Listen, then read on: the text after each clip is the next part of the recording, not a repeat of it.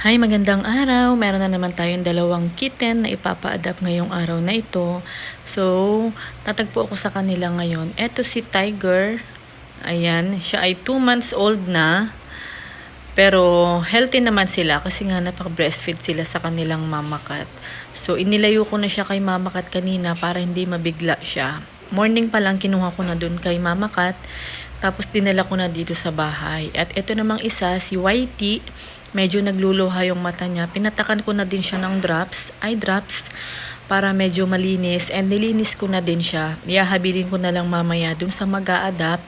So, dun kami tatagpo sa may Santo Tomas Terminal ng 4 p.m. ang aming meet up. So, sana ay maalagaan sila ng ayos. And okay naman yung mag-a-adapt sa kanila. So far, so good. Sana, ganon. Ayan guys, so naka-ready na yung dalawang pusang ipapa-adapt natin. Si Tiger at saka si Whitey. Ayan, so meron naman silang hingahan dito. Ate, isipor mo na to. Ayan, wait lang. So ayan, dala ko na din yung cage niyang maliit. Ayan, meron akong isang cage. Ayan. So i-ano natin sa kanya, ipapahiram o ibibigay na lang natin sa kanya kasi nga souvenir. So, dalawang kuting naman yung i-adapt niya. Kaya, okay lang. Ito dapat yung kahapon. May katagpo dapat ako. Kaso,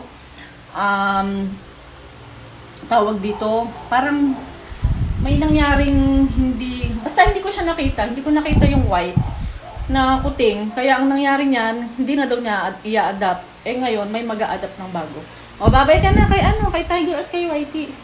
Paalis na ako. May iwan si Ining. Bye! Ayan. On the way na kami. Papuntang Santo Tomas. And sumakay kami ng tricycle. Medyo matigtig yung tricycle. Kaya kinalong ko yung bag. Kung saan dun ko sila nilagay. Ayan. Kawawa naman sila. So mamaya pagdating sa terminal, saka ko na lang sila papakainin. Baka kasi magsuka. 'Di ba? So see you guys! Ayan, so andito na ako sa terminal, bubuksan ko na muna tong bag para makapagpahinga silang dalawa. Bibigyan ko din sila ng cat food kasi nga medyo maingay na sila sa loob ng bag. Siguro sa sobrang init na din, ayan. Pinakawalan ko na si Tiger, kaso ang problema kay Tiger, naglalakad siya doon sa lapag, baka maapakan siya ng tao or baka mawala siya, sayang naman.